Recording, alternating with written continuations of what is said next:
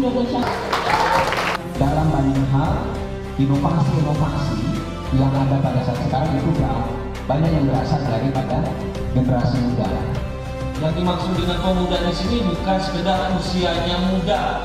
Kualitas muda itu pertama-tama ditentukan oleh kemampuan daya pikir dan keberanian untuk menerobos pintu muda.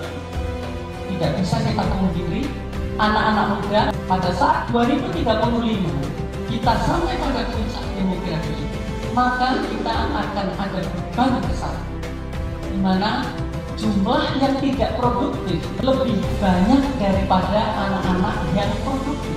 Ini adalah fakta yang semestinya menggugah anak-anak muda. Saya nggak mau dong masa depan saya. Sekarang aja susah cari pekerjaan. Bagaimana nanti setelah 2035 beban saya itu jauh lebih besar daripada saat ini.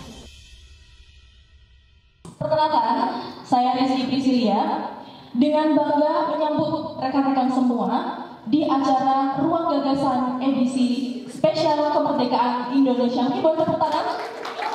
Luar biasa. Jadi hari ini kita akan berkumpul bukan hanya untuk memperingati kemerdekaan nanti tanggal 17 Agustus gitu ya, tapi juga untuk memaknainya dengan aksi nyata. Baik, mungkin saya izin sapa-sapa dahulu. Di sini sudah hadir Bapak Ibu yang luar biasa yang akan berbagi pandangan pada kita semua. Mungkin selamat malam Ibu Hendri Saparini PhD. Ya, beliau merupakan founder dan ekonom Core Indonesia. Kemudian selamat malam Bapak Yudi Latif PhD. Ya, Bapak Yudi Latif ini merupakan seorang cendekiawan, juga seorang penulis buku dengan judul Negara Paripurna, Historitas, Rasionalitas, Aktualitas Pancasila. Ya, salah satunya gitu ya, beliau menciptakan banyak sekali buku dan mungkin nanti teman-teman juga bisa cari-cari buku-buku luar biasa dari Pak Yudi Latif. Di sini hadir pula ada Bapak Muhammad Faisal PhD. Beliau merupakan Direktur Eksekutif Core Indonesia. Mungkin sedikit info juga bahwa Ruang Gagasan ini sudah berhasil diselenggarakan sebanyak 6 kali. Dan hasil diskusi kita itu akan diformulasikan menjadi rekomendasi yang akan kita serahkan nanti kepada para pemangku kebijakan. Jadi manfaatkan momen yang luar biasa ini untuk nanti beradu gagasan, untuk menyampaikan pandangan seperti itu. Yang pertama, sambutan pembuka. Kepada Pak Faisal, dipersilakan.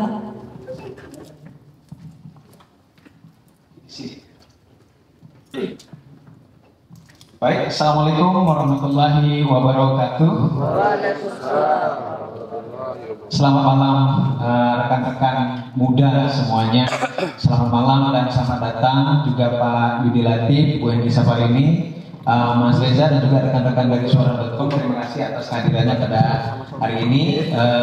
Saya dan kami khususnya dari Core Indonesia sangat bergembira sekali untuk bisa mengadakan acara spesial pada malam hari ini, yang mana hadirinya adalah anak-anak muda gitu ya. Tadi sudah disampaikan oleh Mbak Rizky bahwa ini adalah rangkaian daripada kegiatan Ruang Gagasan.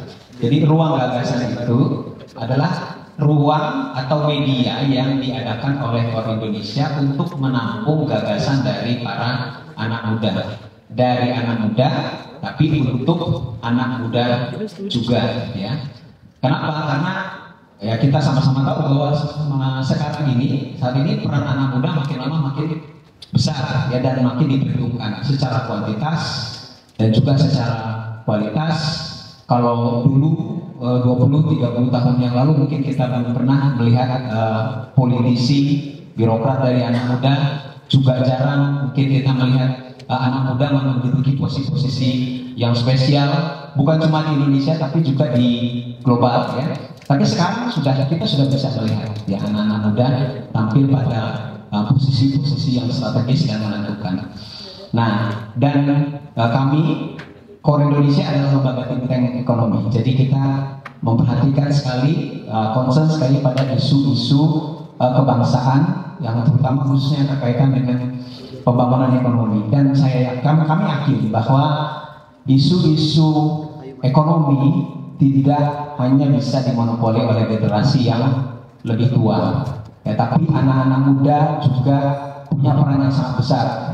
Bahkan dalam banyak hal, inovasi-inovasi yang ada pada saat sekarang itu banyak yang berasal daripada generasi muda, ya karena memang tuntutan zaman juga, ya teknologi berjalan berdemikian cepat yang seringkali generasi yang lebih tua itu tidak bisa catching up dengan itu, dan kecepatan daripada perubahannya juga tidak linear tapi eksponensial, itu terlalu dinamis gitu.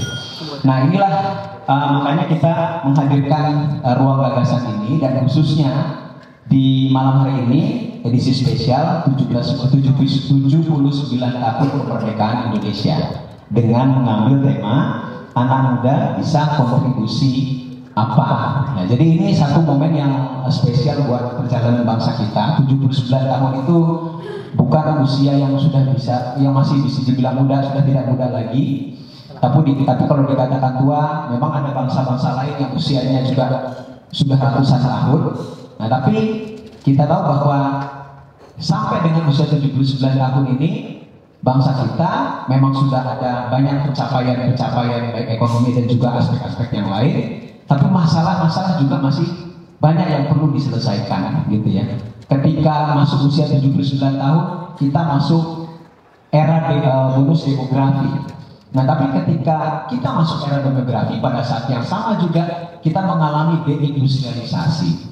Pengangguran masih banyak, ya. Tingkat kemiskinan masih banyak, ya. Industrialisasi dilakukan, hilirisasi dilakukan, tapi kita bisa melihat di balik program-program hilirisasi, kita melihat ada lingkungan yang rusak, ada masyarakat yang termarginalkan, gitu ya. Nah, jadi PR-PR tersebut masih ada sampai sekarang, dan rasanya tidak mungkin kita bisa menyelesaikan permasalahan itu, terutama ke depan, tanpa melibatkan anak-anak muda untuk juga memikirkan, ya, permasalahan ini bersama. Untuk itu, makanya kita pada malam hari ini edisi spesial Hari Kemerdekaan, ya kami menghadirkan tokoh cendekiawan Pak Yudi Latif dan juga Ibu Hendri Saparini untuk sharing, ya, untuk sharing itu, tapi juga nanti bisa berdiskusi, ya, dengan rekan-rekan muda sekalian, ya, terutama isu-isu yang kaitannya dengan sangat relevan dengan rekan-rekan muda sekalian, ya. Baik, saya rasa saya ingin berpanjang lebar karena nanti akan mesti kita lebih lama juga nanti mendengarkan dari para cendekiawan yang pada akhirnya sebagai penutup saya ucapkan sekali lagi terima kasih, dan mudah-mudahan rekan-rekan muda sekalian bisa mendapatkan banyak hal dari diskusi kita pada hari ini. Baik, terima kasih. Assalamualaikum warahmatullahi wabarakatuh. Waalaikumsalam warahmatullahi wabarakatuh. Ya, baik, terima kasih atas sambutannya pada Pak Faisal. Baik, mungkin langsung saja teman-teman kita masuk ke acara inti pada malam ini, yakni kita akan menyimak pandangan dari dua cendekiawan yang sangat luar biasa, dan kemudian setelah itu akan dilanjut dengan sesi diskusi atau sesi tanya jawab. Nah, untuk sesi kali ini yang spesial ini akan dimoderatori oleh Mas Reza Gunada. Selamat malam Mas Reza. Beliau merupakan Vice Editor dari Suara.com. Di soal anak muda bisa kontribusi apa, mungkin saya sebagai moderator sebenarnya secara pribadi pengen tahu sebenarnya menurut perspektif Pak Yudi Latif itu manusia muda seperti apa yang kita butuhkan. Jadi lebih ke filosofis, ya. Nah, itu yang mungkin teman-teman butuhkan. Kita menuju yang idealnya sebagai anak muda itu yang diinginkan atau dibutuhkan oleh negeri ini sebenarnya. Silakan Pak Yudi. Baik, yang terhormat Ibu Hendri Saparini, Mas Faisal, Mas Reza, saudara-saudara, para insan muda Indonesia di ruangan ini, dan di ruangan ini namanya hadirin. Kalau di luar dan hadiroh. Nah, hadir Selamat malam. Assalamualaikum warahmatullahi wabarakatuh. Waalaikumsalam. Merdeka.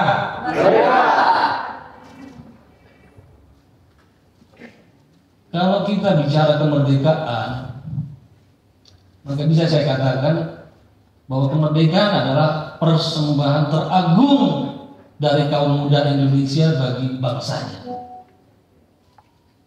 Jadi jangan lupa, kemerdekaan Indonesia itu adalah persembahan teragung dari kaum muda Indonesia bagi bangsanya. Jadi Indonesia memiliki tempat khusus di dalam sejarah dunia ini. Kalau Karl Marx, tahu ya Karl Marx, itu mengalamatkan agen terpenting dari perubahan itu kelas, ya. Kelas proletar. Itu agen perubah, social change itu kelas, terutama proletar atau kelas pekerja. Tapi kalau Max Weber mengalamatkan agen terpenting dalam perubahan itu aliran-aliran kultural, golongan-golongan kultural itu sebagai agent of change. Tapi ada namanya Ortega y Gasset mengatakan engine perubahan terpenting itu adalah kaum muda. Dan itu justru dapat tempat menghunian utamanya di tanah air Indonesia itu. Bahkan Tan Malaka sebagai seorang Marxis mengatakan idealisme adalah kemewahan terakhir yang hanya dimiliki oleh para pemuda. Jadi betapa pentingnya arti pemuda bagi Indonesia. Bahkan kita lihat Benedict Anderson misalnya menulis buku khusus tentang revolusi pemuda, bahwa revolusi kemerdekaan Indonesia itu adalah digerakkan oleh kaum muda. Bahkan ada buku terbaru orang sarjana dan dia lulusan Universitas Leiden, namanya David van Rijbroek, baru menulis buku nih, diluncurkan tahun 2024 ini. Dia tulis buku judulnya Revolusi Indonesia and the Birth of the Modern World. Dan dia katakan di Indonesia itu elemen yang sulit dikendalikan ini kaum muda.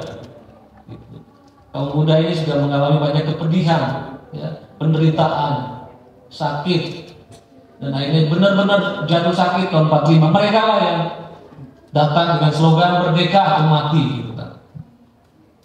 Nah, jadi kalau kita perhatikan bagaimana cara trajektori Indonesia mencapai kemerdekaan, itu sumbu utamanya itu kaum muda. Tapi pertama kita harus kasih definisi dulu. Yang dimaksud dengan pemuda di sini bukan sekedar usianya muda. Kalau kata Ullman, pemuda di sini bukan sekedar pipi, kemerahan, rambut, tulang yang masih rawan, ya, otot-otot yang masih elastik. Tapi kemudaan ini adalah musim semi. Dia bilang gairah muda, musim semi, kebebasan dan pemikiran. Nah, kalau kita perhatikan, kualitas muda itu pertama-tama ditentukan oleh kemampuan daya pikir dan keberanian untuk menerobos keju muda. Jadi itu kita lihat ya, pada tahun 1902 namanya Abdul Rifai ini lulusan sekolah dokter Jawa di Batavia, tapi nanti menerbitkan koran majalah kemajuan dari Belanda namanya Bintang India. Dia nulis begini: Fajar baru sudah menyingsing.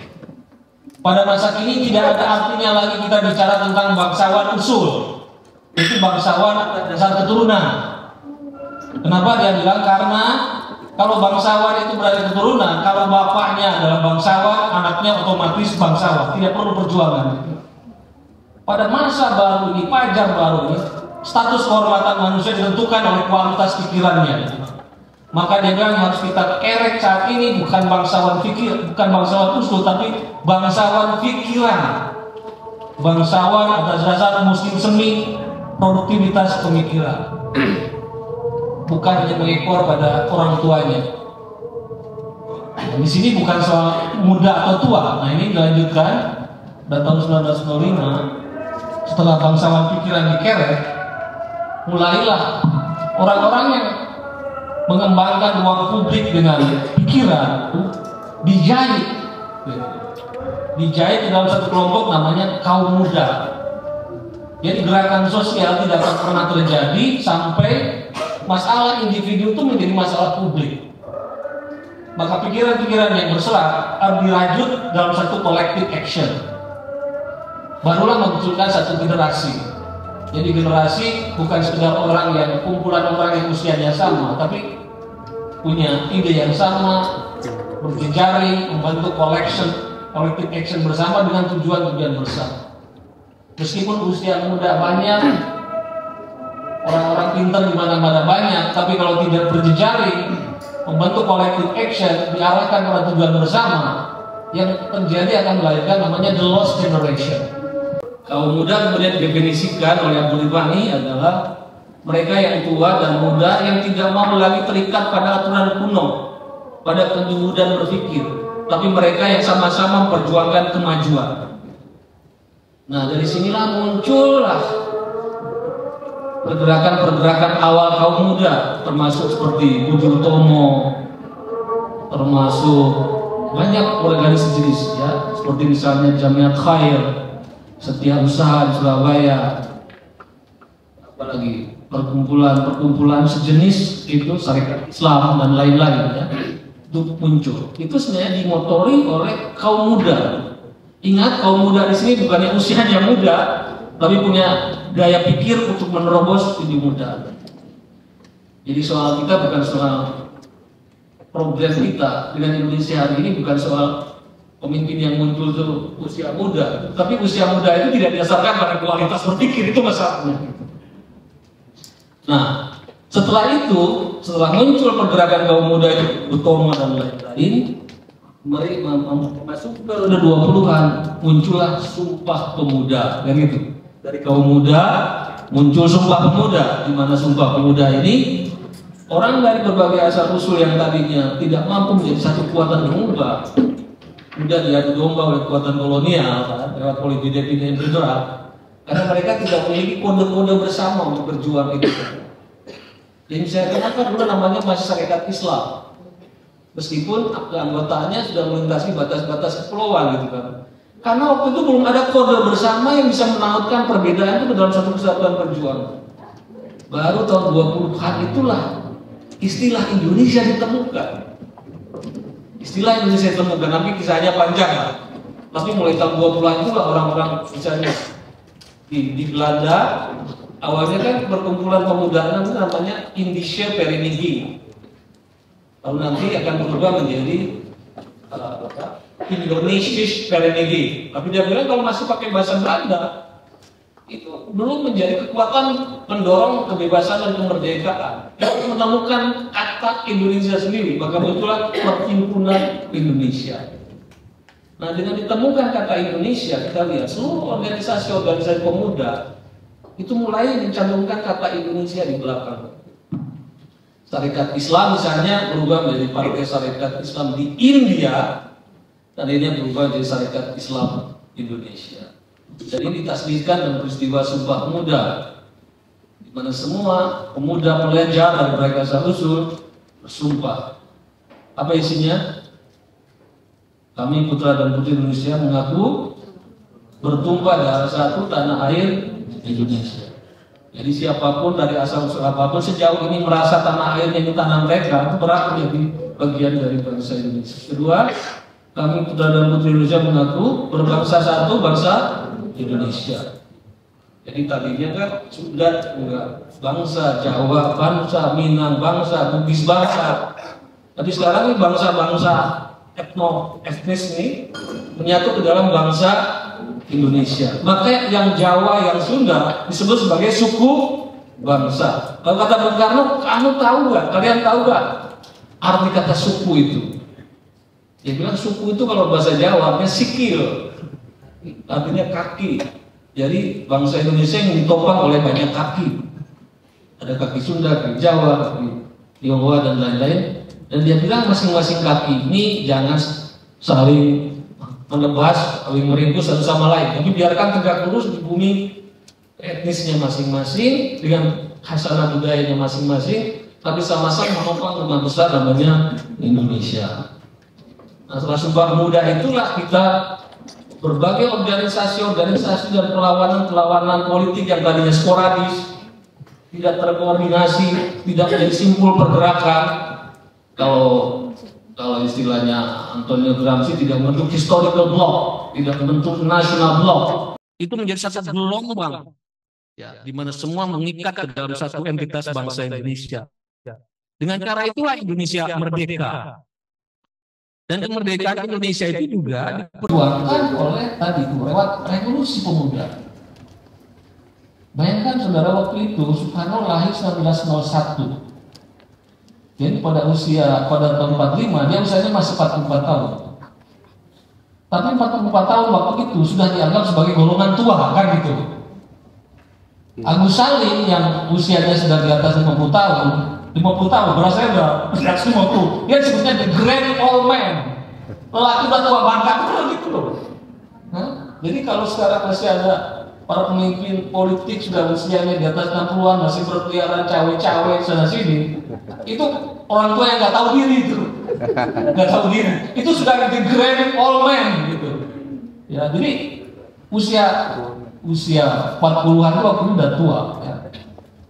Makanya kan Syahrir usia 36 bisa jadi perdana menteri.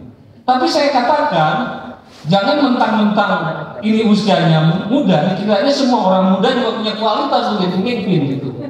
Tapi kan sudah saya katakan, pemuda di sini tidak ditentukan pada usia muda, tapi daya pikir.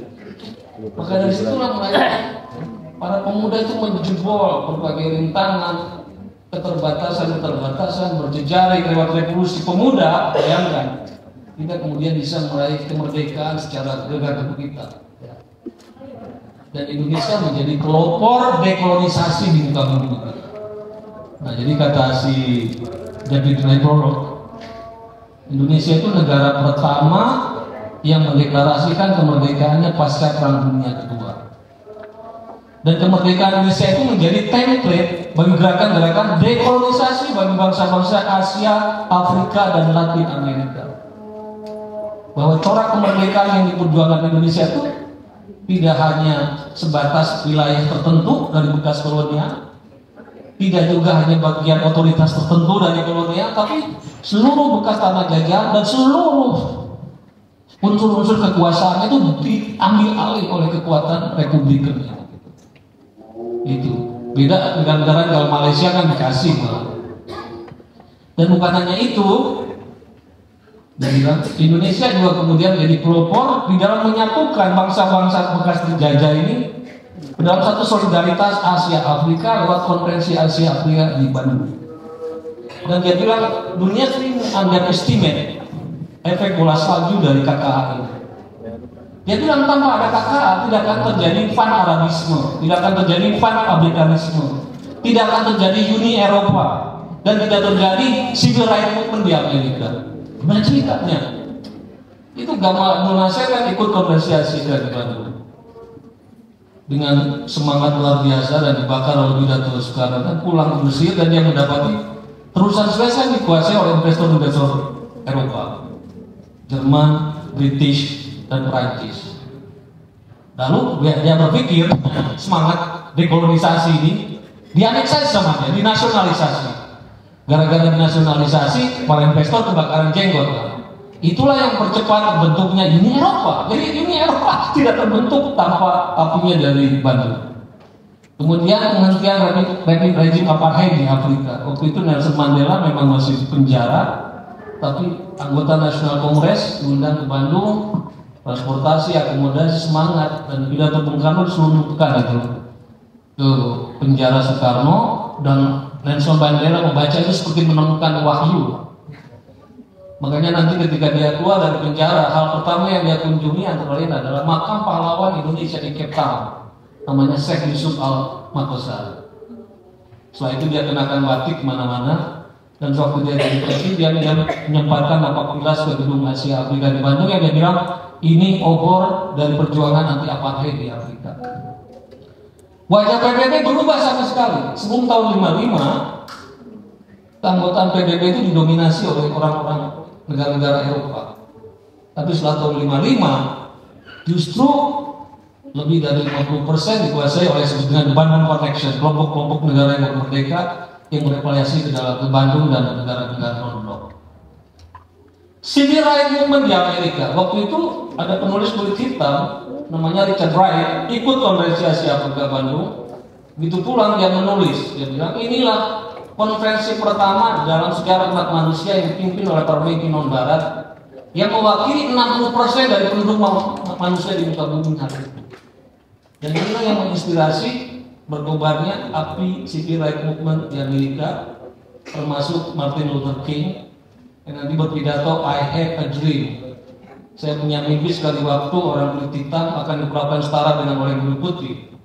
Yang sekian puluh tahun kemudian lahirlah seorang Barack Obama menjadi presiden di Amerika. Jadi luar biasa.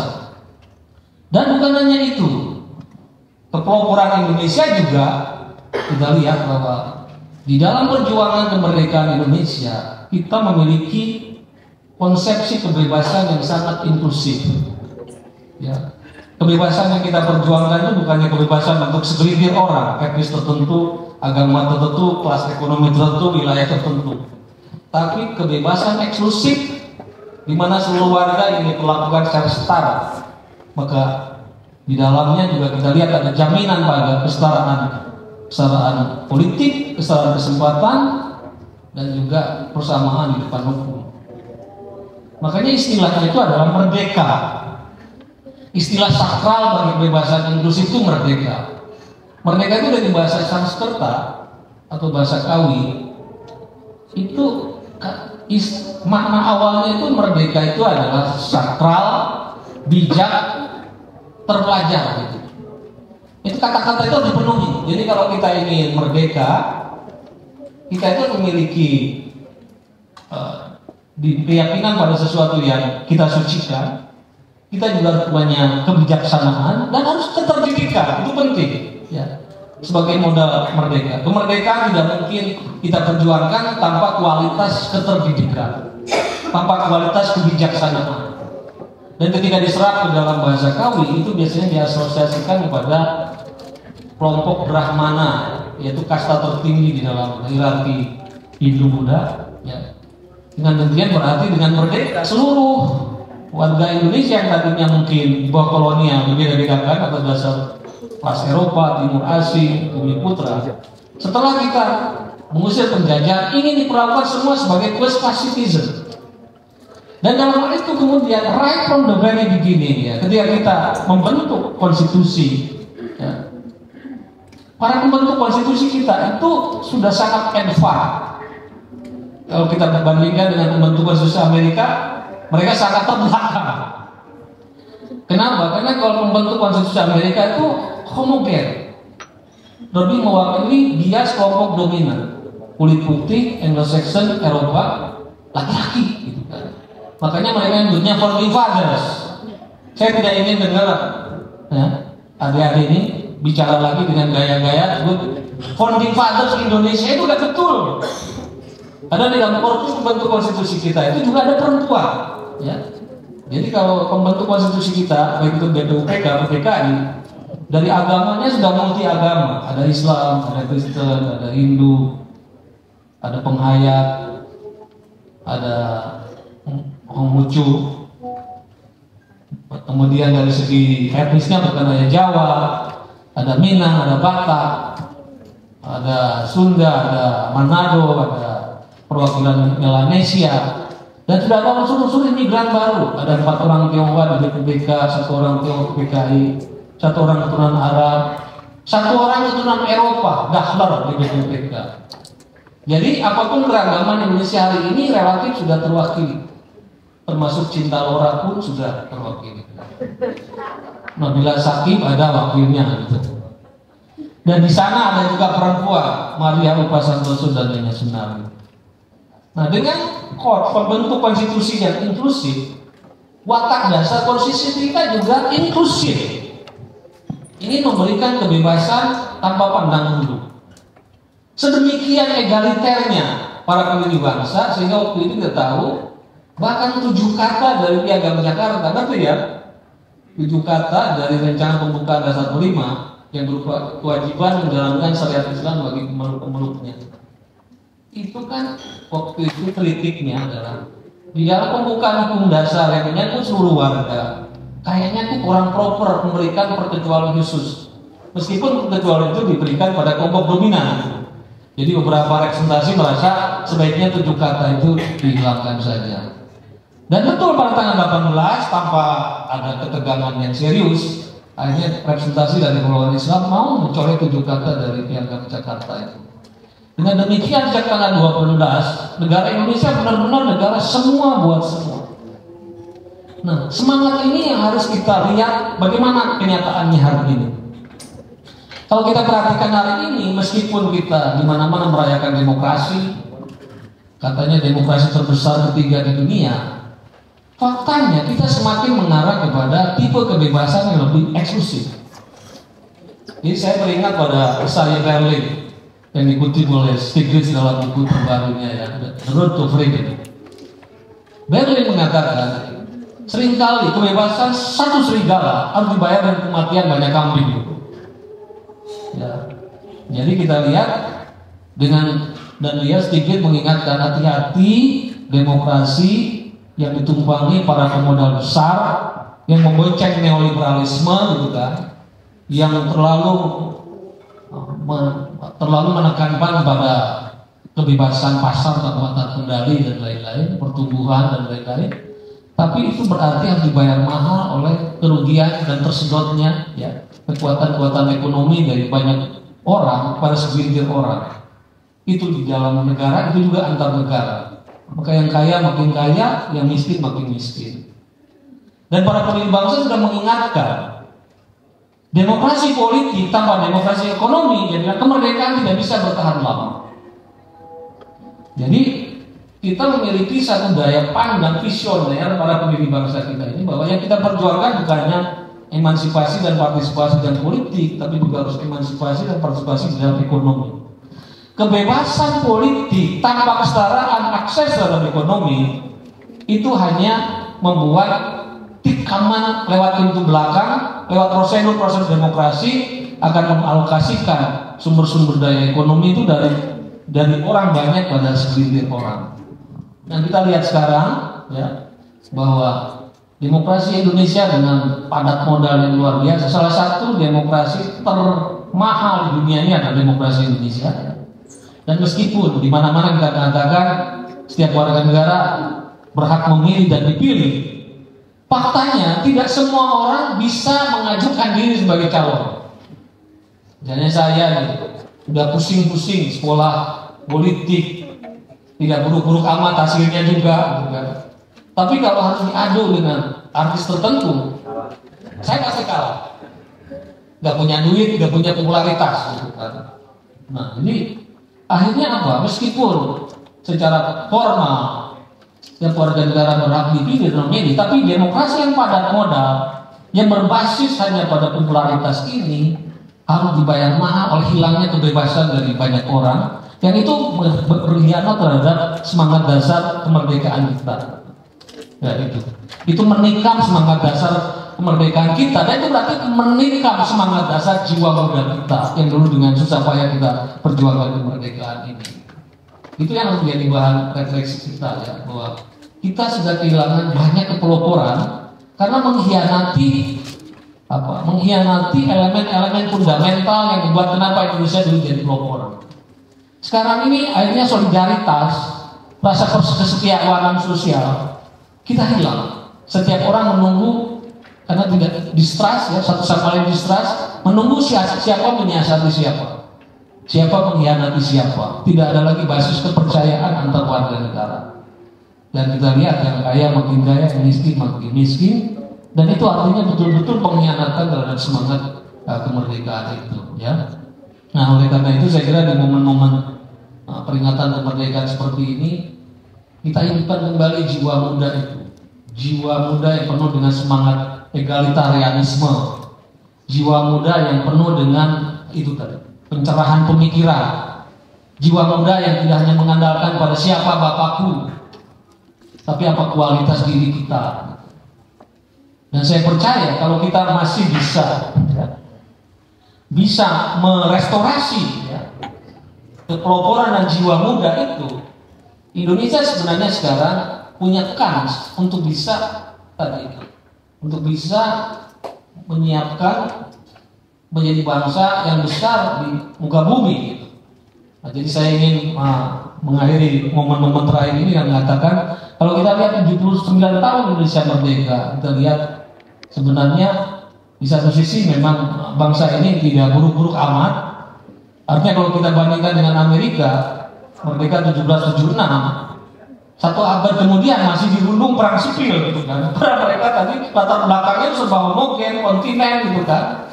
Indonesia dengan begitu banyak keragaman, ya, dengan begitu luas wilayahnya, kesulitan spasial, tidak diurus baik-baik amat oleh negara. Kita masih bisa bersatu tanpa perang, itu mujizat.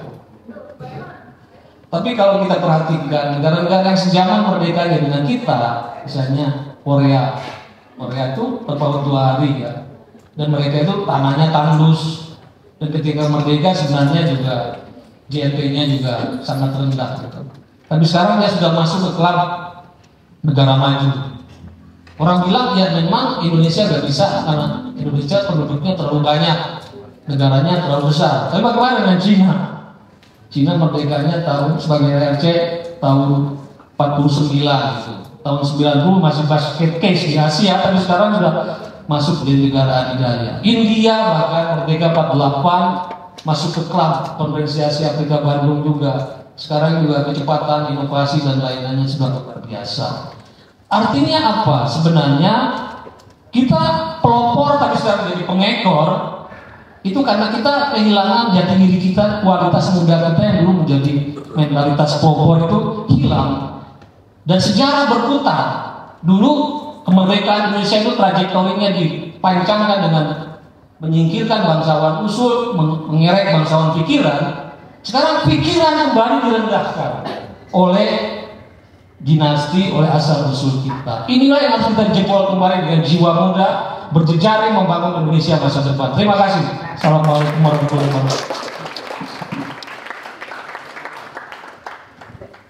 Mungkin yang bisa saya highlight adalah soal kaum muda ini dalam setiap zaman dia selalu ada di tengah panggung sejarah itu sampai sekarang juga. Tapi persoalannya adalah sekarang ini ada perubahan dalam setting panggungnya, mungkin kayak gitu ya kan. Yang saya highlight itu tadi juga soal yang muda itu bukan soal usianya, karena kita juga banyak punya politisi-politisi muda segala macam, tapi pemikirannya maaf nih kalau menyinggung tua, ya kan? Yang dimaksud oleh Pak ini mungkin adalah soal pemikirannya harus progresif, kan kayak gitu. Dan satu hal yang saya belum lihat nanti pasti akan dielaborasi oleh Pak Yudi dalam tanya jawab itu soal banyaknya pengkhianatan kaum muda di sejarah Indonesia sampai sekarang. Itu yang menarik untuk didiskusikan. Oke, mungkin selanjutnya akan kita dengarkan pemaparan Bu Hendy Sapar ini. Saya nggak perlu lagi membacakan profiling beliau karena sudah ada situ, dan ini juga sudah banyak di media, kawan-kawan langsung bisa googling dan akan tahu siapa Bu ini. Tapi yang mau saya highlight sebenarnya adalah soal, saya teringat tadi ketika diskusi sama Bu Rini dan Pak Yudi, saya teringat pada dosen saya dulu, almarhum Romo Heri Priyono. Dan dia mengatakan bahwa sekarang ini tidak banyak analis atau akademisi yang berada di titik tengah. Artinya sekarang ini yang banyak adalah analis dan akademisi proyekan. Nah, soal profesionalisme analis dan akademisi, nah ini yang patut dipertanyakan oleh kita sekarang. Dari sedikit orang yang independen itu ya mungkin ada Bu Rini dan Pak Yudi lagi. Dan ini terlihat jelas dari misalkan pemaparan. Saya tadi sempat searching pas siang tadi, apakah ada selain misalkan yang berbicara soal deindustrialisasi. Mungkin kayak waktu awal-awal tahun 2000-an sampai 2002 itu banyak yang mengkritik soal adanya gejala-gejala deindustrialisasi, tapi itu istilahnya kalau saya dikacangin sama pemerintah waktu itu. Terus itu redup, tidak ada lagi setelah ada PPNM ya. Habis itu tidak ada lagi bicara soal deindustrialisasi. Nah, baru kali ini ada yang berani bicara soal ada gejala-gejala, bahkan bukan gejala ya, sudah ada faktualisasi bahwa ada deindustrialisasi di Indonesia.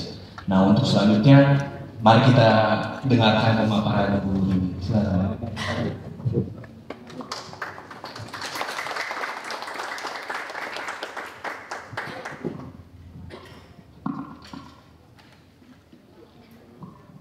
Bismillahirrahmanirrahim. Assalamualaikum warahmatullahi wabarakatuh. Selamat malam dan salam sejahtera bagi kita semua. Saya sebagai tuan rumah juga harus mengucapkan terima kasih atas kehadiran Mas Yudi Latif di tengah-tengah kita. Mas Yudi ini teman lama yang biasanya kami kalau bahasa Jawanya itu runtang-runtung, ya, runtang-runtung mendiskusikan sesuatu dan lebih sering tidak didengar daripada didengar. Tapi saya bersyukur karena masih punya teman yang tidak didengar juga. Baik, teman-teman sekalian, hari ini kita bersyukur karena bisa berkumpul. Dan tadi sudah mendengarkan paparan dari Mas Yudi dengan runutnya bagaimana kita memaknai kemerdekaan. Mungkin apa yang disampaikan Mas Yudi, saya yakin nggak cuma mungkin, jarang sekali didengar oleh teman-teman sekalian, anak-anak muda. Ya, kecuali di bangku kuliah, kalau diwajibkan untuk membaca buku tentang itu, gitu ya. Tapi mudah-mudahan hari ini akan menjadi pemantik kita untuk melakukan diskusi yang lebih panjang tentang hal-hal yang lebih mendalam. Tadi Mas Yudi sudah mengawali dengan menyampaikan bahwa kemerdekaan Indonesia adalah persembahan agung anak-anak muda. Menarik sekali apa yang disampaikan Mas Yudi tadi. Karena saat ini anak-anak muda mendominasi Indonesia. Akankah ini saatnya bagi kita untuk memaknai kemerdekaan dengan kekuatan anak-anak muda yang penuh dengan pikiran-pikiran jernih dan penuh dengan idealisme?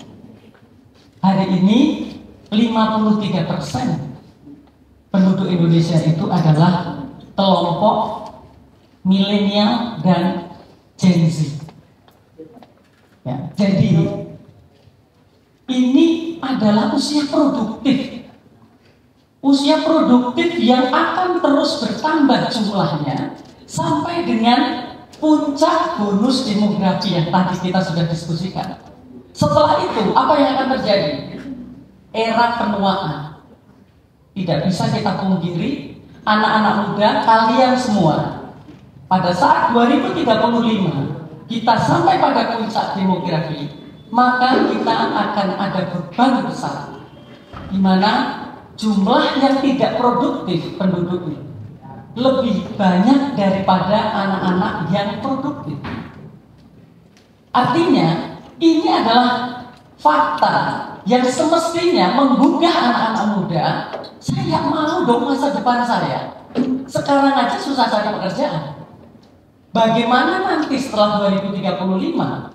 Beban saya itu jauh lebih besar daripada saat ini. Ya, itu yang pertama yang perlu saya sampaikan. Jadi artinya apa? Ternyata sisa waktu kita ini sangat pendek untuk menuju pada 2035. Tinggal 11 tahun. Masih 11 tahun, Bu.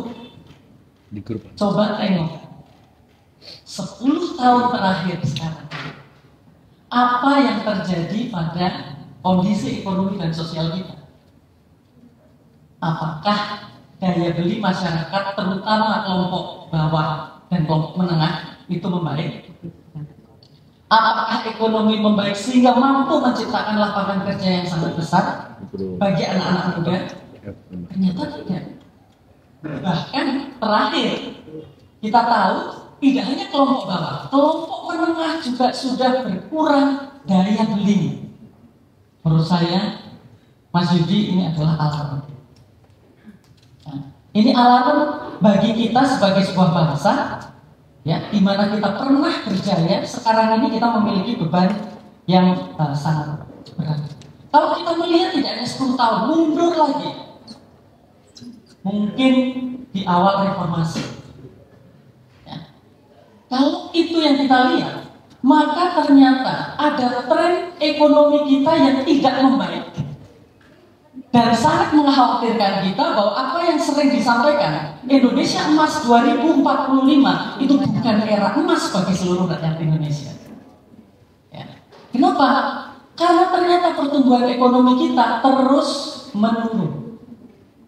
Tahun 80 sampai 2000, rata-rata pertumbuhan itu masih 6,4%.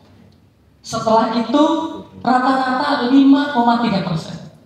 Dan sejak tahun 2000 10 tahun terakhir 2000 sampai 2019 hanya 5%.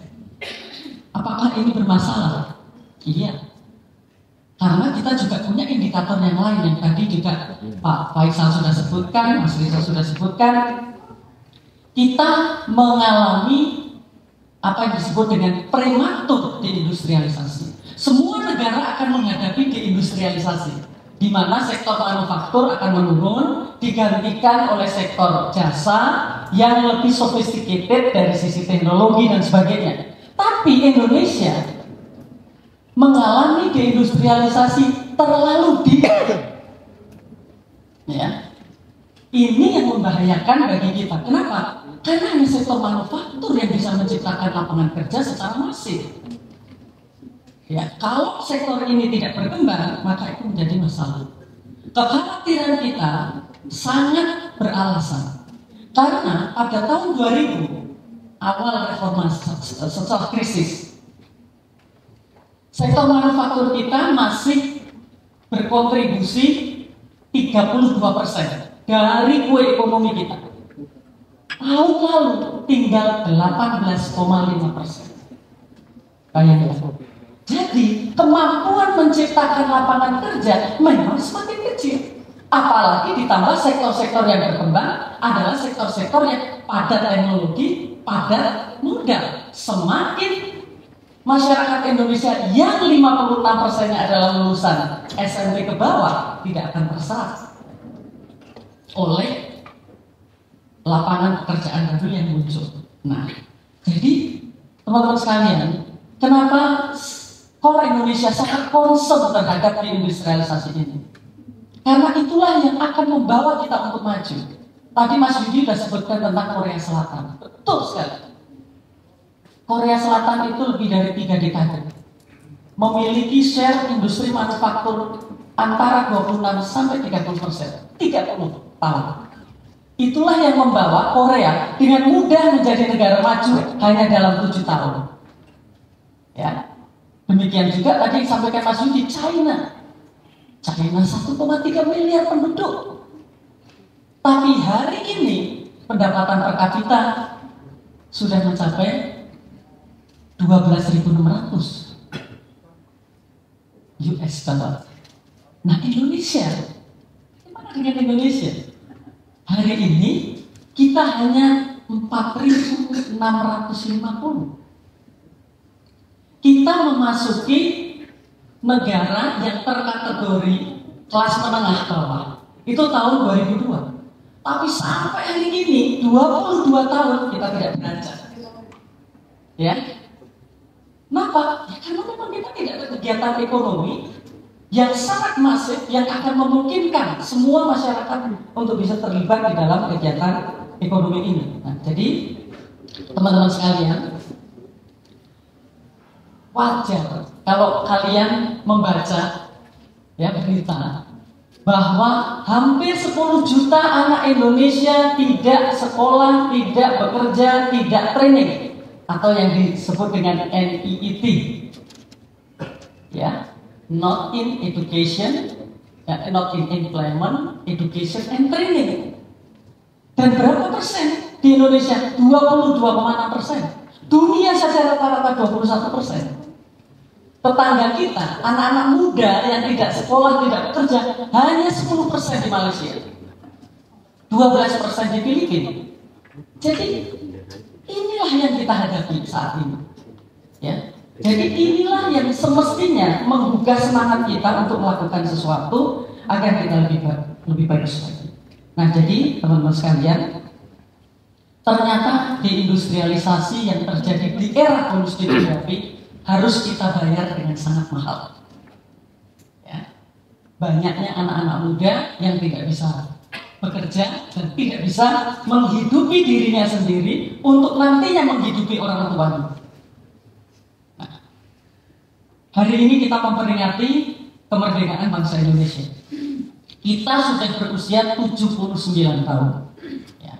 Dan 79 tahun yang lalu, para pendiri bangsa itu menyebutkan bahwa kita harus merdeka karena untuk mensejahterakan. Jadi kita merdeka itu bukan untuk apa-apa, untuk mensejahterakan seluruh rakyat Indonesia. Nah, jadi kalau itu belum tercapai, maka itu menjadi permasalahan yang besar. Karena yang harus kita capai itu adalah demokrasi ekonomi. Ya, tadi Mas Yudi menyampaikan, saya pikir demokrasi politik itu sudah tercapai. Ternyata demokrasi politik pun belum. Belum semua orang bisa terlibat dan bisa dipilih di dalam pembangunan di bidang politik. Nah, demokrasi ekonomi itu semestinya setiap orang bisa terlibat di dalam ekonomi dan menikmati hasil ekonomi. Ini kan yang mestinya menjadi garis bawah dari apa yang harus kita lakukan. Nah, semestinya kita memiliki dua hal, Pancasila dan Undang-Undang Dasar 45. Mas Yudi, sekarang ini semua undang-undang masih mencantumkan Pancasila dan Undang-Undang Dasar 45. Tapi isi dari undang-undang tersebut jauh dari semangat yang ada dalam Pancasila dan Undang-Undang Dasar 45. Padahal kita tahu bahwa mestinya Undang-Undang Dasar 45 itu ada pasal-pasal yang dengan jelas memberikan direction bagi pengambil kebijakan, pengelola bangsa ini agar menuju kepada kesejahteraan masyarakat. Paling tidak ada 6 pasal. Ya. Pasal berapa? Tentu saja yang pertama pasal 33. Tapi 33 itu tidak hanya sekedar bumi dan air, bukan itu. Tapi semangatnya adalah negara memiliki kewajiban mengatur. Mengatur apa? Mengatur sumber daya alam. Siapa yang boleh menguasai, siapa yang boleh mengelola. Tapi sekarang ini sudah pabalia.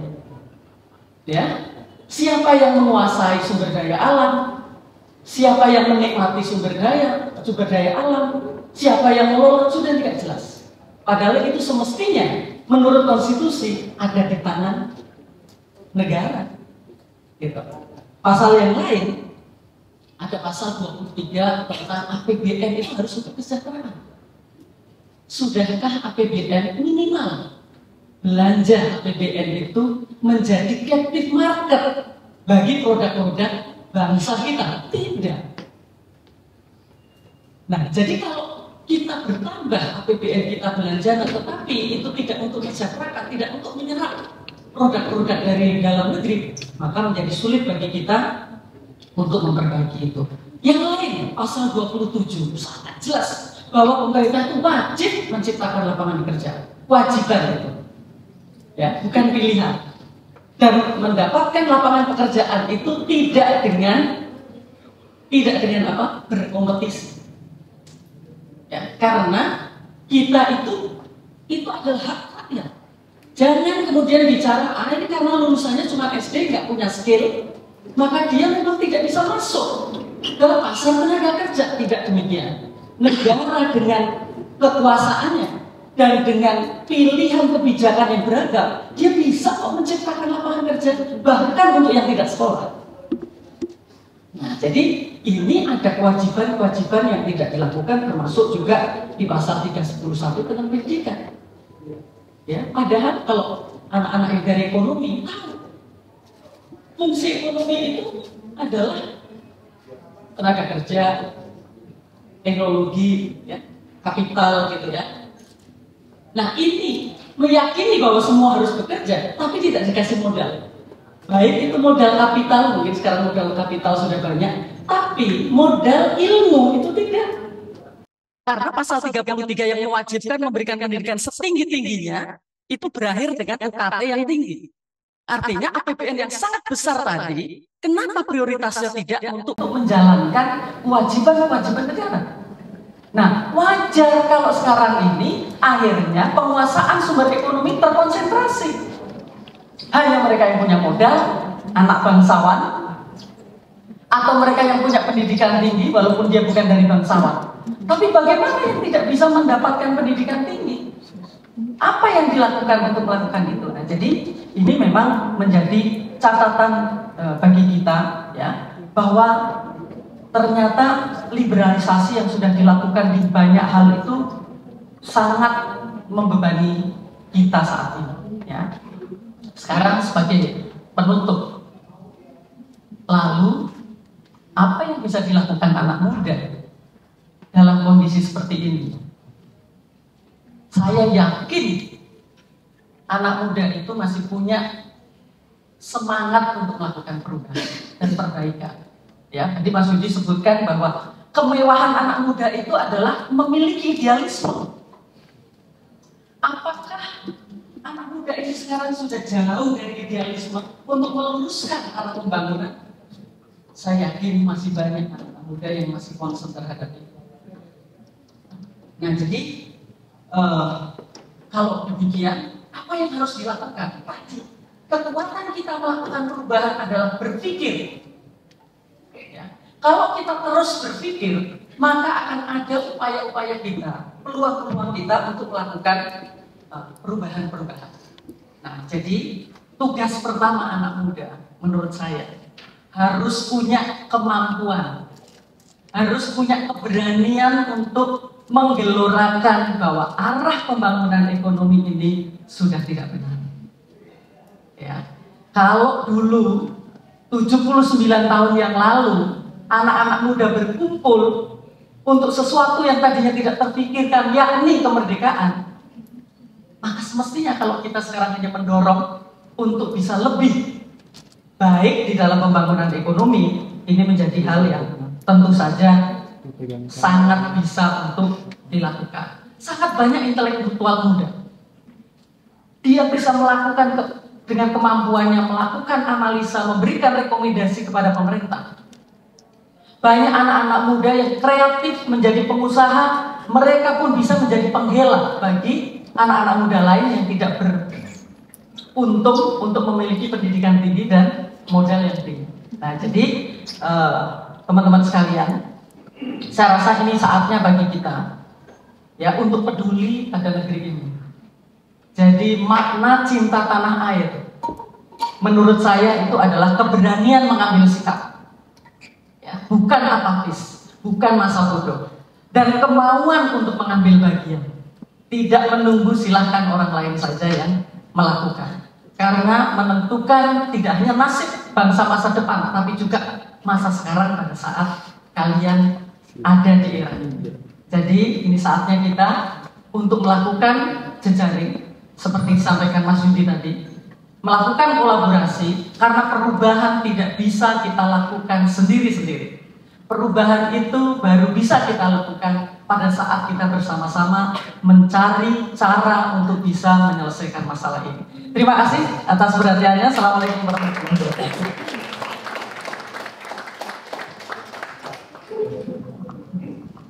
Ya, tepuk tangan sama Ibu. Mungkin kita akan langsung masuk ke sesi tanya jawab saja ya. Atau gimana? Oke, kalau itu silakan Bu. Begini dari Pak Ibu. Terima kasih.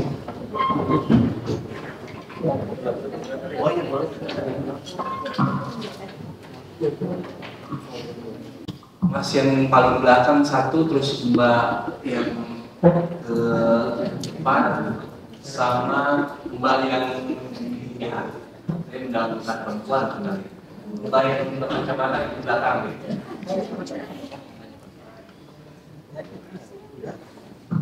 Ya, terima kasih moderator. Nama saya Victor. Saya punya jiwa muda juga.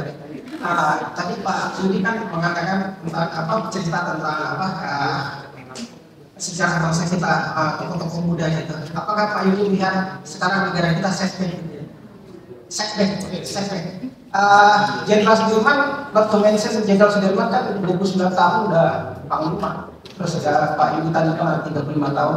Pakai tas setback? Ataukah ada kemunduran di bidang pendidikan kita? Karena zaman sekarang udah ada smartphone, udah ada YouTube, udah bisa belajar bahasa asing dengan gratis dan sebagainya. Saya lihat di YouTube malah dulu jenderal-jenderal kita bisa bahasa Belanda, bahasa Inggris dengan pastinya masuk diplomat kita di UN gitu. Baik, selamat malam semuanya. Nama saya Nabila Aulia Hasri dan saya merupakan mahasiswa di Columbia University Amerika Serikat. Saya ingin mengajukan dua pertanyaan untuk Bapak dan Ibu. Yang pertama adalah Bapak ini sepengetahuan saya merupakan mantan kepala BPIP ya Pak. Apa pendapat Bapak mengenai wacana untuk mengambil 45 miliar dari anggaran untuk BPIP untuk bekerja sama dengan para influencers. Karena kalau saya lihat netizen ini responnya sangat negatif terhadap hal tersebut. Mereka beranggapan bahwasannya terdapat proyekan atau kong-kali-kong antara para influencers dan pemerintah seperti itu. Walau kalau saya lihat mungkin akan sangat efektif karena mengingat anak muda ini kan para pengguna sosmed semua ya, TikTok maupun Instagram. Jadi apakah dengan menyosialisasikan ideologi Pancasila melalui sosmed ini menjadi suatu ide yang bagus seperti itu. Lalu untuk Ibu, tadi Ibu memaparkan bahwasannya ekonomi kita ini dari pie chartnya yang awalnya 36% dari aktivitas ekonomi kita itu berasal dari industri manufaktur, sekarang menurun begitu ya Bu, karena ada teknologi dan lain sebagainya. Nah, permasalahannya saat ini kan begini Bu, kaum buruh itu meminta upah mencapai 15% kenaikan per tahun untuk UMR. Nah, sementara di negara-negara lain itu tidak ada hal tersebut. Pemerintah memang lebih pro pengusaha, misalnya dengan disahkannya UU nomor 11 tahun 2020 kan, UU Cipta Kerja yang saat itu sangat kontroversial juga. Nah, sebenarnya apa sih titik tengah dari ini? Karena ketika para buruh ini menginginkan kenaikan gaji yang sebenarnya bagus untuk kemerdekaan ekonomi mereka, tapi di sisi lain dengan begitu pengusaha secara otomatis tidak mau lagi berinvestasi di Indonesia, dan kalau begitu artinya semakin banyak dong pengangguran karena lapangan kerja itu menurun juga secara otomatis dengan tidak adanya investor yang mau membuka lapangan kerja seperti itu. Jadi mungkin kurang lebih 2 pertanyaan itu saja. Terima kasih banyak. Terima kasih banyak. Universitas Petahana. Saya ingin bertanya, ada 2 pertanyaan. Pertanyaan pertama, tadi paparan Profesor Ibu mengenai kondisi Indonesia yang mengkhawatirkan gitu ya. Pertanyaan saya adalah, kira-kira menurut pandangan Bapak dan Ibu gitu, mengapa ini terjadi di negara kita gitu loh? Kenapa Indonesia itu belum bisa maju gitu ya seperti negara-negara lain gitu? Sudah juga tadi kan sama Bapak, kalau kita kalah gitu ya, kita gagal mengakselerasi seperti Cina, Korea, kenapa ya begitu ya? Ada apa dengan Indonesia gitu ya? Kenapa kita gagal gitu ya? Kenapa kita belum berhasil dan tidak secepat mereka gitu kan? Yang padahal anggaran udah besar, sumber daya alam banyak gitu ya, banyak sekali problematika di negara kita. Seperti itu pertanyaan saya. Terima kasih. Yang pertama tentang soal setback tentang kepeloporan pemuda ya. Jadi ini, kalau dalam psikologi itu kan kita bisa bedakan antara pertumbuhan dan perkembangan. Ya, bahwa menjadi tua itu satu kepastian ya. Tapi menjadi dewasa itu soal bagaimana engagement orang, bagaimana keterlibatan orang dan choice orang di dalam mengarungi kehidupan. Dalam ini saya ingin mengutip Bung Hatta. Bung Hatta itu menarik ya. Dia kenapa para pemuda Indonesia itu jauh lebih cepat dewasa ketimbang rata-rata para pemuda sejaman yang ada di Eropa saat itu.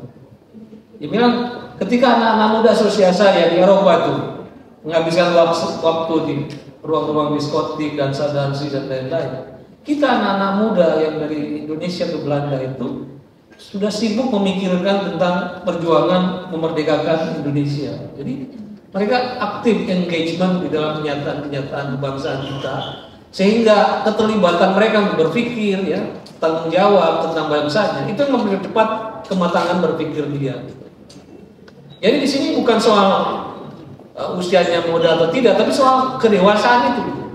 Nah sekarang ini kan banyak orang tiba-tiba kayak meteor melesat ke panggung politik nasional, tapi engagementnya dalam kehidupan politik itu dari mana dia rekamnya? Kadang-kadang suka bingung ini dari mana orang asal usul. Kok tiba-tiba sudah menjadi pemimpin dari satu partai politik terhebat di Indonesia gitu misalnya. Jadi itu engagementnya itu tidak ada. Ya, jadi itu yang membuat kenapa sekarang ini kalau kita lihat daya dobrak gitu dari para pemuda itu kurang karena engagement anak muda dalam kehidupan berbangsa ini kurang. Nah, yang kedua memang itu aspek tadi yang Anda sebutkan soal secara umum kualitas pendidikan kita itu memang mengalami secara kualitatif itu menurun gitu. Nah, jadi kan gini, kemajuan suatu bangsa itu bisa ditentukan oleh inherited factor. Inherited factor itu ada faktor geografi, faktor demografi, faktor sumber daya mineral, geologi dan lain-lain. Kalau dari inherited factor, Indonesia ini gak ada taranya lah dari berbagai sisi, dari segi geografinya strategis, geologinya, sumber daya mineral luar biasa, bahkan demografinya tadi. Kita lihat kalau Eropa sudah aging, kan? Kalau masih tumbuh ekonominya karena imigran. Asia Timur juga sudah mengalami aging. Jepang sudah paling duluan, sekarang Korea dan Cina juga mulai. Amerika Utara masih stabil tapi tren penurunan terjadi. Yang masih vibrant dari segi demografi itu Asia Tenggara dengan jumlah terbanyak penduduknya itu di Indonesia. Masalahnya tadi, selain faktor inherited, faktor yang paling penting itu namanya human capital kan. Tadi saya contohkan bagaimana Indonesia dengan Korea yang merdekanya terpaut 2 hari. Dia dari inherited factornya Korea nggak punya, nyaris tanahnya tandus dan lain-lain, tapi karena human capitalnya bagus, dia bisa berakselerasi gitu kan. Nah, dan human capital yang kita perlukan itu memiliki harus dia kualitas ya, excellent in knowing, yaitu literasinya, erudisinya, ya, dan lain-lain. Ya. Dan kedua adalah excellent in making, skill. Skill ini bukan hanya hard skill, soft skill dan life skill, kan? Tapi yang ketiga namanya excellent in character, hebat di dalam karakter, baik karakter perseorangannya maupun karakter kolektif kita sebagai bangsa. Gitu. Itu penting, ya. Kalau kita lihat Indonesia dari berbagai ukuran, mulai dari kehebatan dalam pengetahuan, kan kita tahu skor IPSA, ya, kita skor literasi kita, matematik kita dan lain-lain. Jangan usah dibandingin dengan Korea, Cina. Kita di Asia Tenggara aja indeks literasi kita parah. Ya. Kemudian mutu-mutu pendidikan juga ini sebenarnya menyedihkan ya. Karena kita ini kan dididik oleh Belanda, dan Belanda itu dari dulu sampai sekarang salah satu negara dengan kualitas pendidikan terbaik di Eropa. Dan institusi pendidikan yang pertama-tama diinjeksikan oleh rezim kolonial Indonesia itu institusi guru. Makanya guru, institusi keguruan itu institusi terlama dalam sejarah Indonesia yang terekspos ke dalam pendidikan advance. Gitu. Makanya dulu kualitas guru kita luar biasa. Gitu kan. Kualitas guru kita itu bahkan Malaysia dan lain-lain itu dulu mendatangkan guru dari Indonesia. Gitu. Tapi kita sekarang justru kualitas guru kita itu bermasalah sama sekali. Tadi Anda bicara tentang Presiden Soekarno tidak pernah ke luar negeri tapi menguasai bahasa asing sampai 4 gitu. Itu bukan soal sekarang disalahkan kan IQ gitu. Jangan terlalu percaya pada IQ. Saya kira generasi Soekarno dengan generasi hari ini dari segi IQ karena gizinya lebih baik, mestinya generasi hari ini lebih baik. Gitu. Nah, tapi masalahnya kan yang salah itu sebenarnya secara potensi ya, potensi ya, orang Indonesia itu lebih mudah menguasai bahasa asing karena terbiasa dengan kemajemukan kan, terbiasa dengan macam-macam bahasa. Makanya poliglot terhebat di dunia sampai sekarang mungkin masih Kakak Kartini, namanya Sosro Kartono. Dia menguasai sampai 28 bahasa asing. Gitu. Jadi kalau sekarang kita susah menguasai bahasa asing, itu bukan karena potensi kita, tapi gurunya bermasalah. Nah, Indonesia sekarang mengalami surplus guru, meskipun dari sebarannya tidak merata ya. Tapi jumlah guru itu secara umum kita surplus.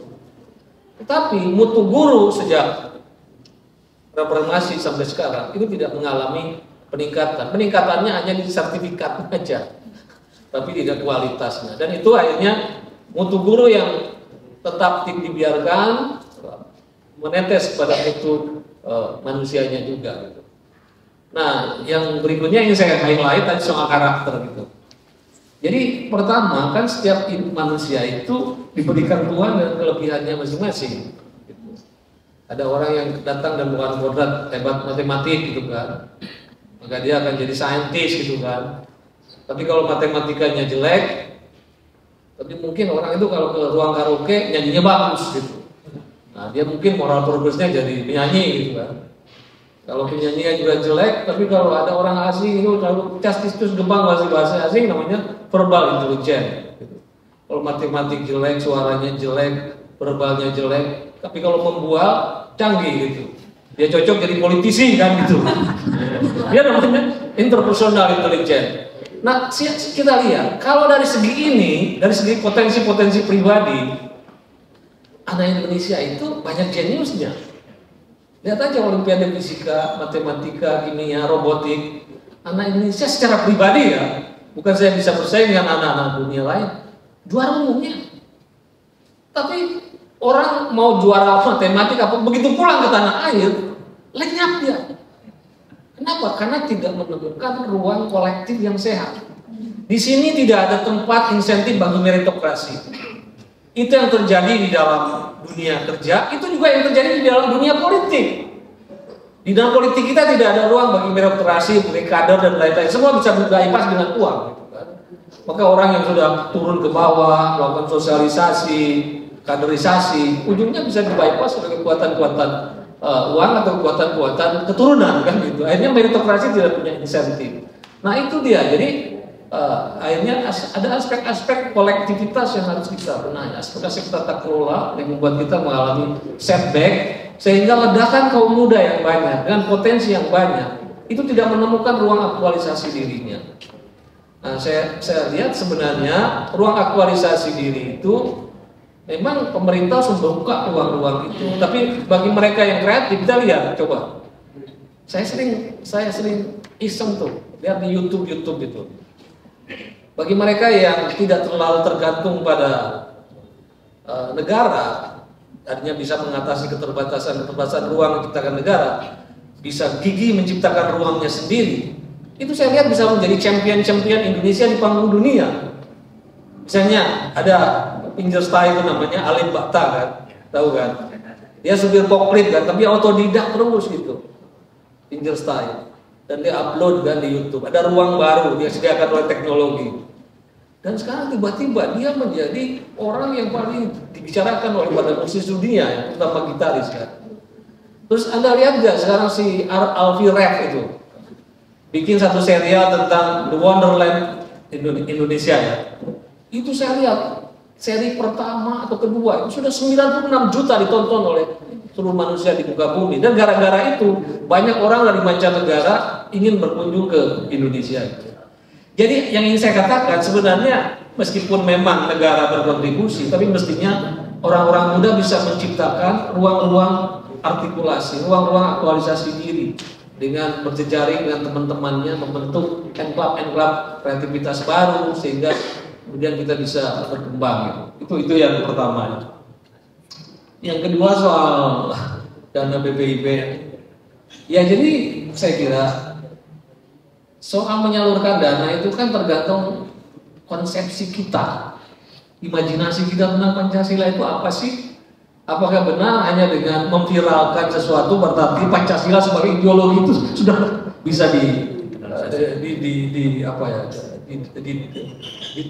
didarah dagingkan ke dalam tubuh masyarakat atau tidak? Jadi penting frame berpikirnya itu harus terang dulu. Jangan ujuk-ujuk. Yang penting ada influencer, pasti urusan Pancasila selesai gitu. Tidak begitu juga kali. Jadi Pancasila itu kalau ingin benar-benar sakti menurut saya, harus dipenuhi 3 prasyarat tumbuh berkembangnya peradaban itu. Peradaban itu ada aspek batin, aspek lahir. Aspek batinnya aspek mental kultural. Mental, spiritual, karakter, budaya itu kita sebut saja aspek tata nilainya. Ya. Kedua, punya dimensi lahir, dimensi luar juga. Pertama adalah dimensi tata kelola, kelembagaan sosial politiknya. Jadi morality itu perlu institusinya. Jadi misalnya, kalau moral ini ditumbuhkan itu moral gotong royong, musyawarah, tapi institusi politiknya justru mengarahkan pada paham perseorangan, menang-menangan uang, menang-menangan modal, itu gak comply gitu. Tata kelola kita itu gak comply dengan nilai yang diperjuangkan. Gitu. Kemudian yang berikutnya adalah tata sejahtera tadi. Ya. Tidak ada dan tata sejahtera ini harus merupakan fungsi dari 2 hal. Pertama, bagaimana kita membaginya, itu namanya keadilan. Tapi kedua adalah menumbuhkannya, itu namanya kemakmuran. Nah, jadi pertama bagaimana harta, kesempatan dan privilege itu harus didistribusikan secara berkeadilan.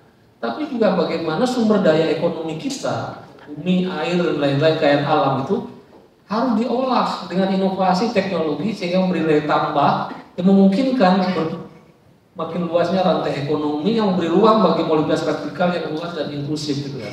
Ya, jadi itu petanya. Jadi kalau Pancasila ingin satu itu tadi pendidikan nilainya dibenerin, tata kelolanya dibenerin, tata sejahteranya dibenerin secara simultan.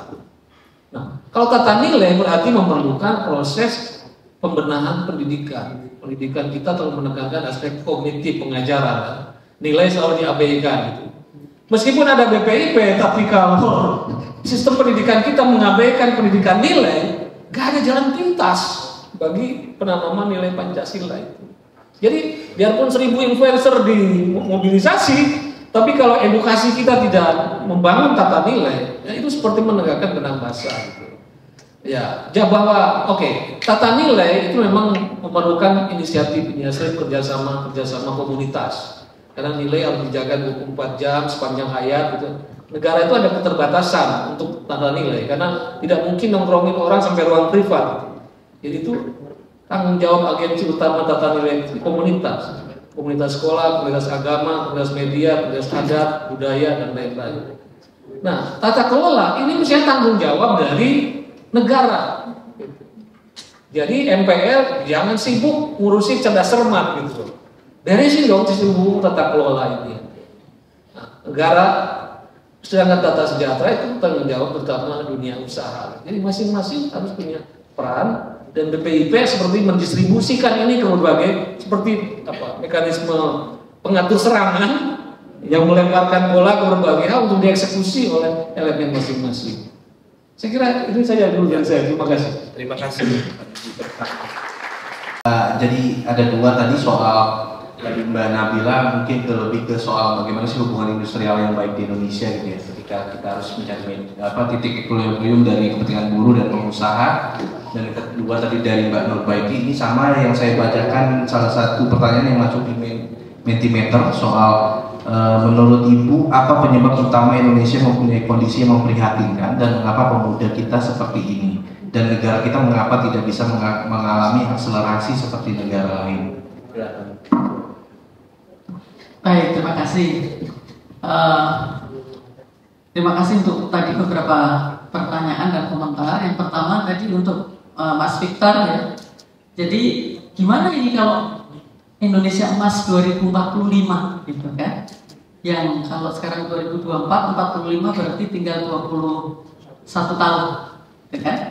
Apakah kita bisa keluar dari middle income trap atau ternyata tidak? Nah jadi gini, itu adalah mimpi. Dan itu bukan target. Kenapa saya bilang bukan target? Kalau target itu pasti akan dicari caranya agar tercapai apa yang diharapkan di tahun 2045. Tapi ini kan ada skenario-nya. Ya kalau kita bisa ya harusnya 8%. Tapi kalau enggak 7%, kalau enggak 5% seperti sekarang. Ini kan berarti cuma harapan, kalaupun bukan mimpi. Nah jadi ini memang kita baru bisa mencapai kesejahteraan bagi seluruh rakyat Indonesia tanpa kesenjangan kalau memang kita bisa tumbuh di atas 5%. Tapi tadi saya sebutkan trennya menurun. Nah apakah bisa? Dengan pertanyaannya sekarang, kalau saya ditanya bisa. Bisakah kita tumbuh di atas 5% dari tren sekarang? Bisa. Pertanyaannya, maukah pemerintah memberikan dukungan kebijakan secara komprehensif agar itu kejadian? Misalnya ini, sekarang ini sektor tambang, hilirisasi itu bisa seperti sekarang karena ada dukungan komprehensif dari pemerintah berbagai sisi. Ya fiskalnya, ya tenaga kerjanya, ya perdagangannya semua, ya investasinya, sehingga akan ada membesar kue ekonomi di sisi tambang. Boleh nggak kita berhenti di tambang dan kita pindah ke pertanian. Gitu. Kalau sektor pertanian secara luas diberikan dukungan yang persis sama, itu juga akan ada akselerasi yang luar biasa dengan implikasi yang lebih inklusif. Karena investasinya lebih rendah, skillnya masyarakat Indonesia banyak yang bisa, modalnya tidak tinggi. Yang perlu adalah mau nggak pemerintah menciptakan market bagi produk-produk pertanian. Karena sekarang ini lebih senang impor, kebijakan impor lebih mudah daripada untuk mendukung berkembangnya produk dalam negeri. Nah, jadi kalau saya ditanya, bisa nggak? Bisa. Saya ditanya juga, Bu Hendri, kira-kira apa agenda terbesar Indonesia 5 tahun ke depan? Revitalisasi industri. Tidak ada jawab cara lain. Karena kita tidak bisa tiba-tiba harus mengangkat anak-anak yang tidak berpendidikan. Tiba-tiba harus lulus dulu perguruan tinggi, nggak bisa. Jadi semua yang lulus perguruan tinggi, SMP, SD harus bergerak, harus bekerja. Ya, di ruang gagasan teman-teman anak-anak muda berkumpul. Salah satunya bicara, bisakah kita mengekspor sesuatu? Bisa lah.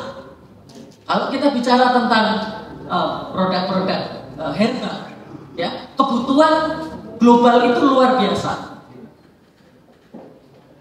Kayu putih kita nggak bisa memenuhi, cengkeh kita tidak bisa memenuhi, ya, lada banyak sekali. Kalau kita kemudian kembangkan itu akan ada gerakan ekonomi yang luar biasa. Misalnya, saya ditanya, bagaimana dengan makan bergizi gratis? Boleh aja. Yang penting adalah approach-nya seperti apa. Karena kita memerlukan driver, ya, untuk menumbuhkan ekonomi ini. Tapi kalau uang ratusan triliun itu sudah diambil kembali, terkonsentrasi pada beberapa kelompok saja, selesailah kita. Kita hanya membayar pajak. Tapi kalau kemudian makan bergizi gratis itu sebagai driver menggerakkan petani-petani, industri-industri di daerah, luar biasa. Nah, jadi tergantung approach-nya, Pak. Jadi itulah yang menurut saya kenapa di Core Indonesia ini kita tidak hanya sekedar bicara analisa ekonomi. Karena political ekonomi itu jauh lebih penting.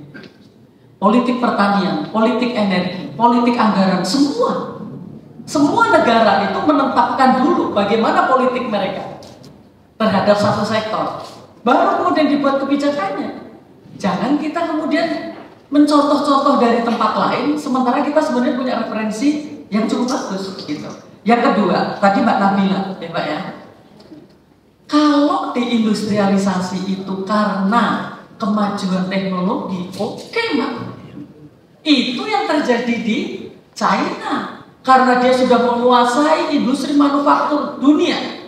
Tidak ada yang bisa mengalahkan competitiveness dari manufaktur China, ya kan?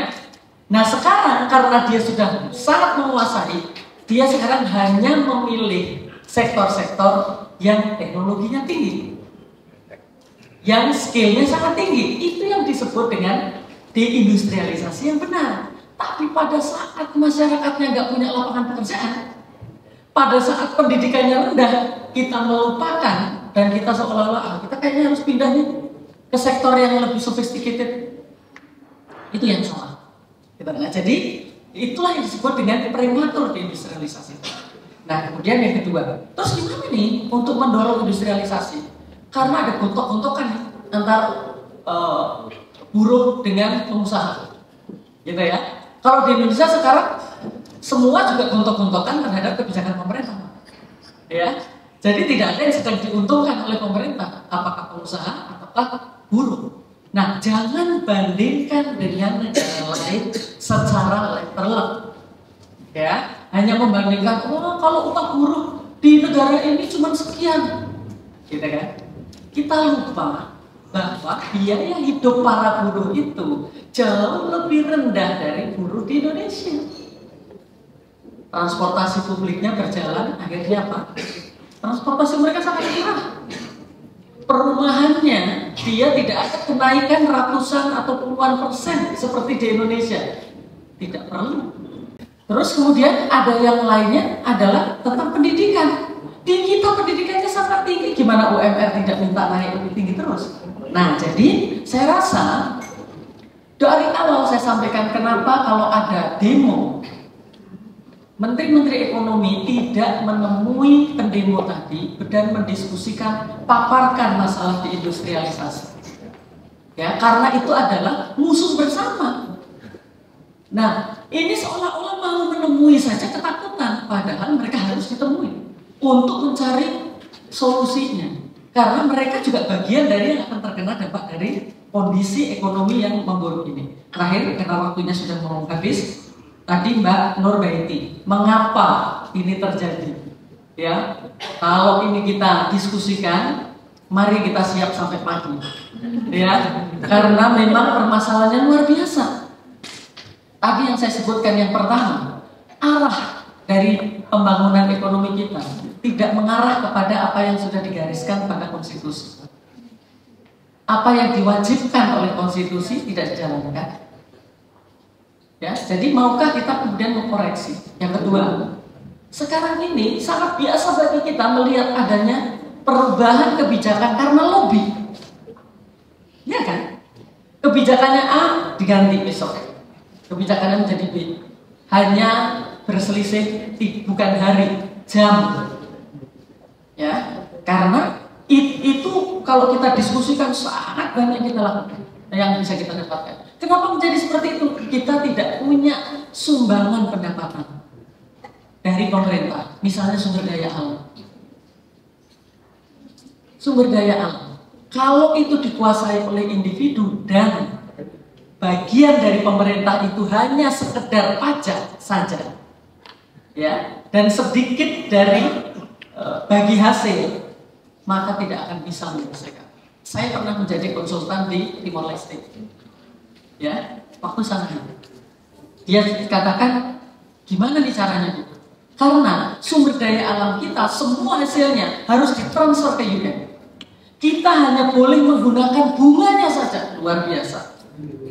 Jadi, teman-teman sekalian, jangan antipati untuk membaca hal-hal yang terkait dengan politik. Neoliberalisme yang tadi sampaikan Mas Yudi, liberalisme ekonomi, itu berpengaruh kepada kita, bahkan kehidupan kalian sekalian. Nah, jadi tambah pengetahuan yang demikian. Kalau misalnya sekarang kita bicara anak muda ini harus bisa dong memanfaatkan era digital, iya. Tapi beri juga dong pengaturan dan ekosistem yang baik. Kan gitu. Sekarang ini ekonomi digital luar biasa, marketplace, e-commerce kita luar biasa, tapi isinya kita tahu kan, 99% mungkin sekarang ini isinya adalah produk impor. Dan baru ditemukan sekarang. Tapi pada saat dikasih tahu, jangan berikan PMA lebih dominan dalam ekonomi digital. Tapi itu kita sudah buka. Jadi sekarang kita tidak punya kemampuan. Nah, yang lain adalah kalau kita membuka e-commerce dengan luar biasa didukung oleh impor, infrastruktur tidak hanya digital tapi fisik, itu juga arahnya jadi nggak jelas. Wah, ini banyak produk-produk impor, masyarakat membutuhkan. Yang dibangun adalah gudang-gudang untuk produk-produk impor. Yang dibangun adalah jalan-jalan untuk menuju konsumen agar lebih murah. Nah, jadi teman-teman sekalian, saya rasa itu yang harus kita pikirkan. Kita punya PR yang luar biasa. Ya Mas ya, terima kasih. Terima kasih. Ya, jadi kita karena waktunya terbatas dan ruang gagasannya juga nggak hanya sekali dua kali, nanti akan bisa kita diskusikan pada episode berikutnya ya teman-teman. Untuk penutup mungkin sekali lagi kita tepuk tangan untuk Pak Yudi dan Bu Yudi dan kita semua.